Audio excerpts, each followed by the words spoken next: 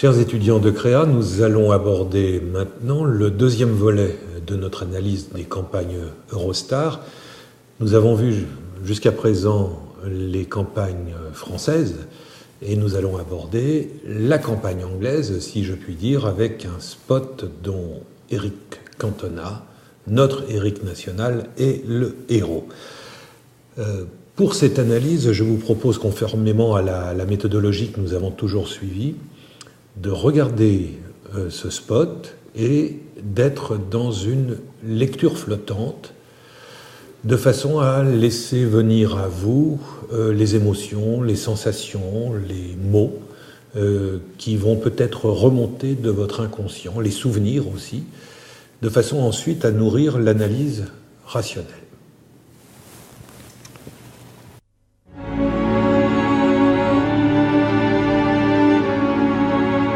C'est profond. It's profound.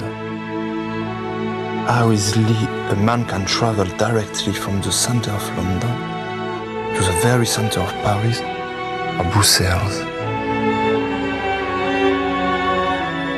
The raindrop, as you notice, a race for the path of least resistance.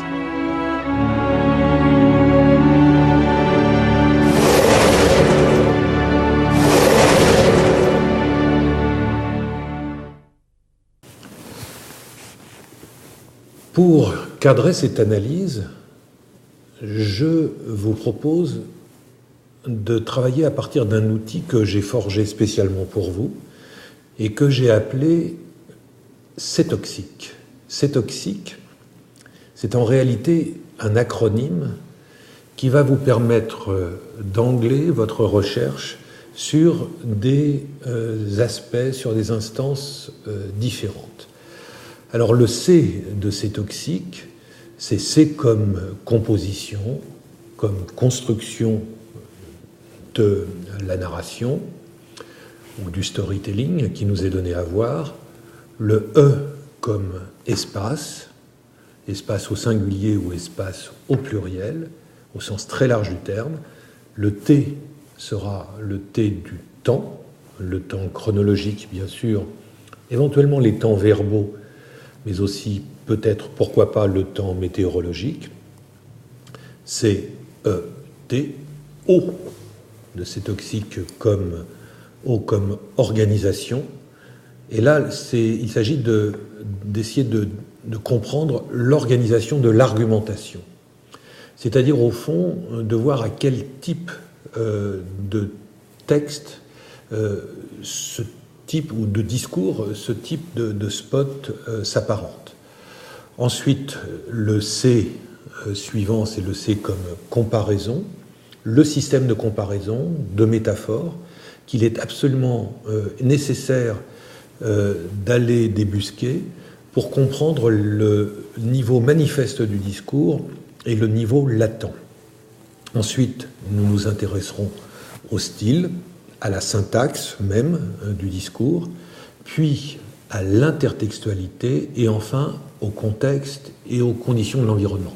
Évidemment, vous ne savez pas ce que c'est que l'intertextualité, alors je vais l'expliquer.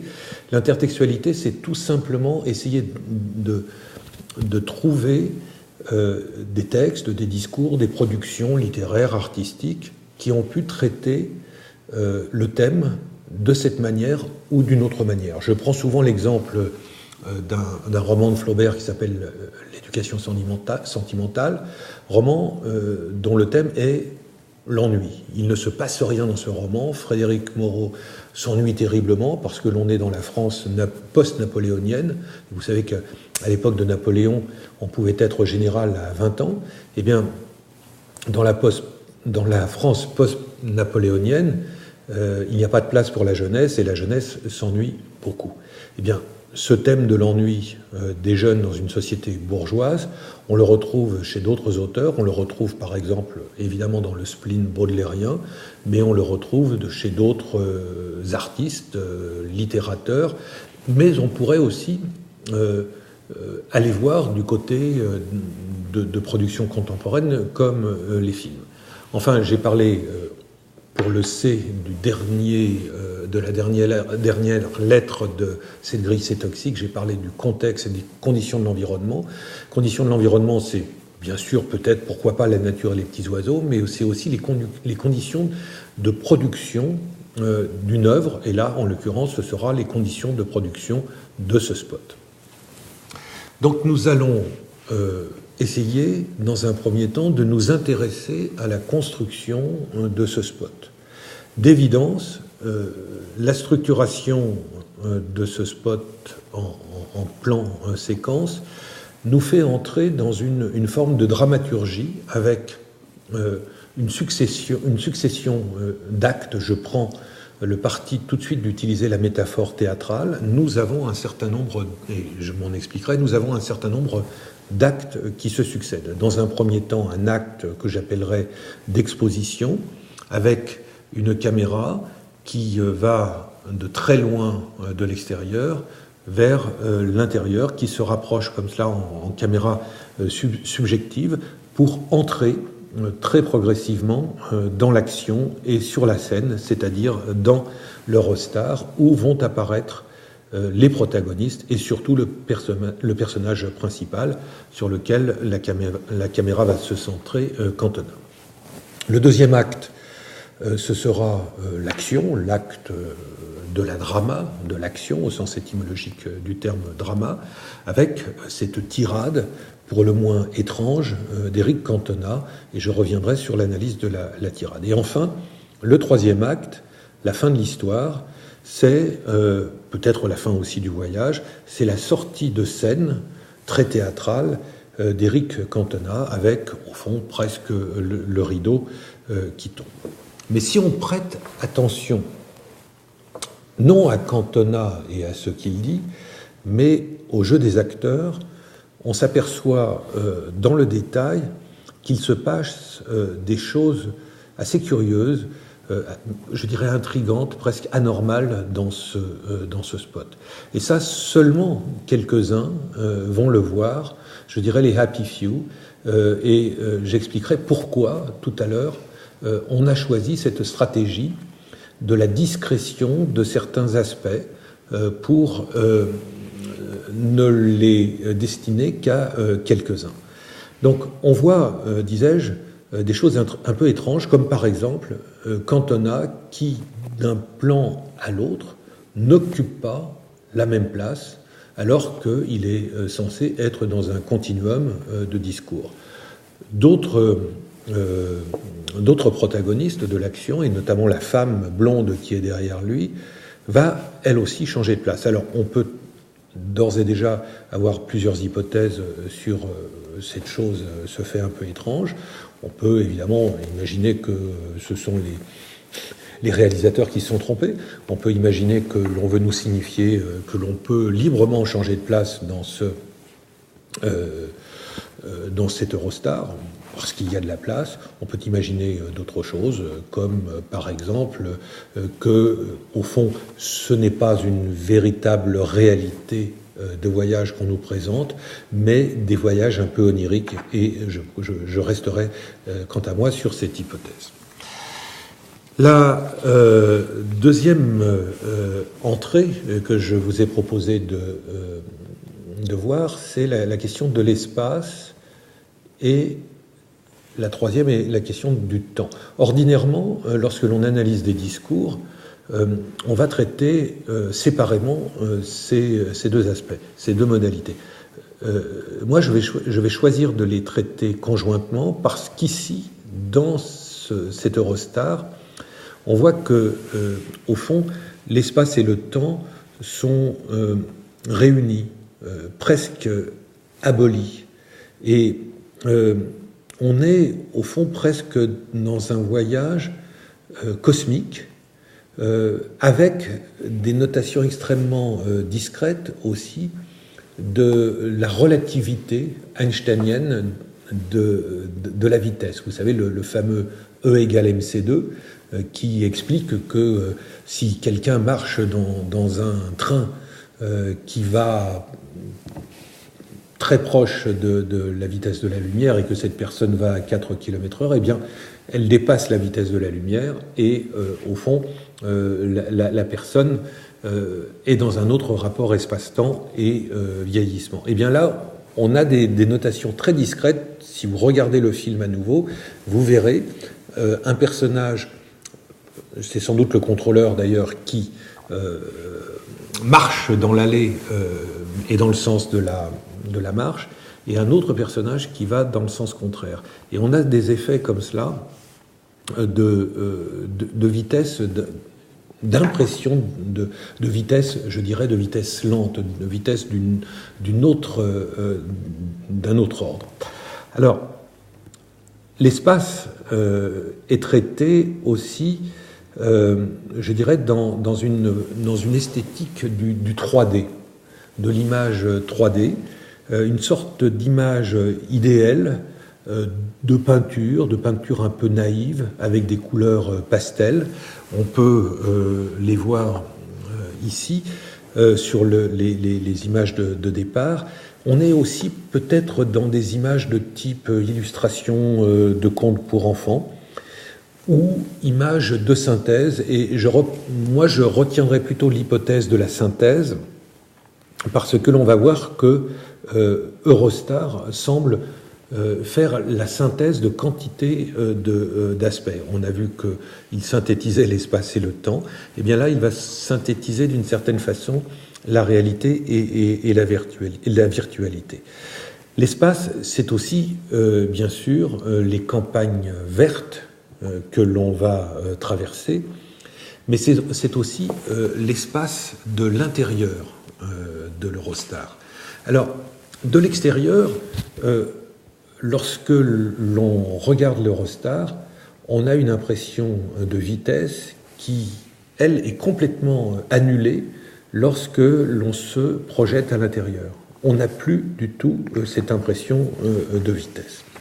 Au fond, si on regarde très précisément les images qui nous sont données à voir, l'on voit que le train, lorsqu'il évolue de loin, est dans une sorte d'imaginaire aérien. L'on voit d'ailleurs, il y a un plan séquence très particulier que je vous propose de voir, où l'oblique du cadrage apparente plus exactement le train, l'Eurostar, à une carlingue d'avion avec des hublots. Et on expliquera tout à l'heure la raison pour laquelle on veut entretenir cette forme de confusion entre le train et l'avion.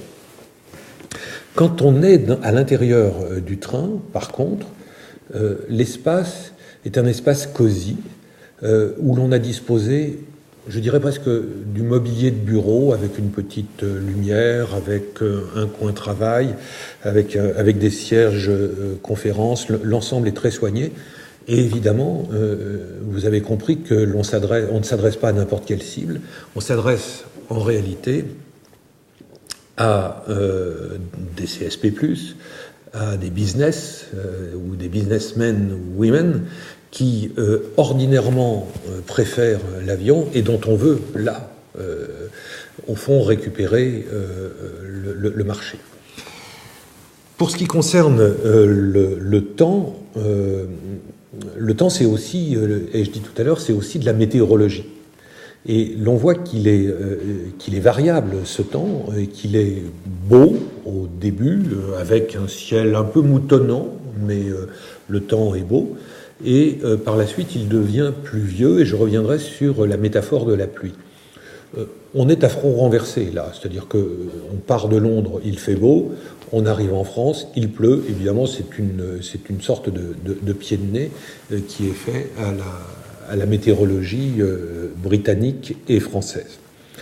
On a, disais-je, la sensation que l'on soit à l'extérieur ou à l'intérieur de ce TGV, mais c'est Eurostar, mais encore plus quand on est à l'intérieur, on a la sensation de protection. On est à l'abri. Et l'on peut se livrer, comme le fait Cantona, à une rêverie poétique. Et je dirais à la rêverie poétique sur le spectacle d'une goutte d'eau qui file sur la vitre, magnifique métaphore de l'Eurostar, qui lui aussi semble filer dans l'air et dans la campagne sans la moindre résistance.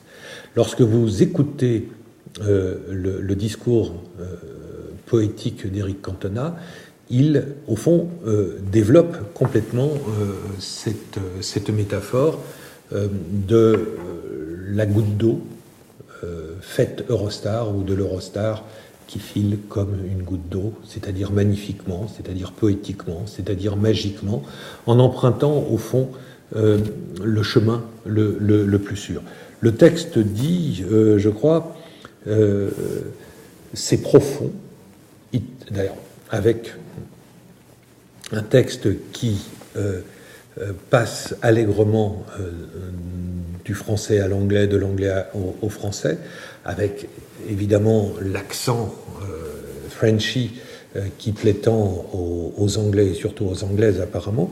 Le texte du départ dit « c'est profond ». On peut facilement voyager de Londres jusqu'en plein centre de Paris et de Bruxelles, regardez cette goutte d'eau et vous voyez comme elle suit toujours le moindre chemin de la résistance. Bon.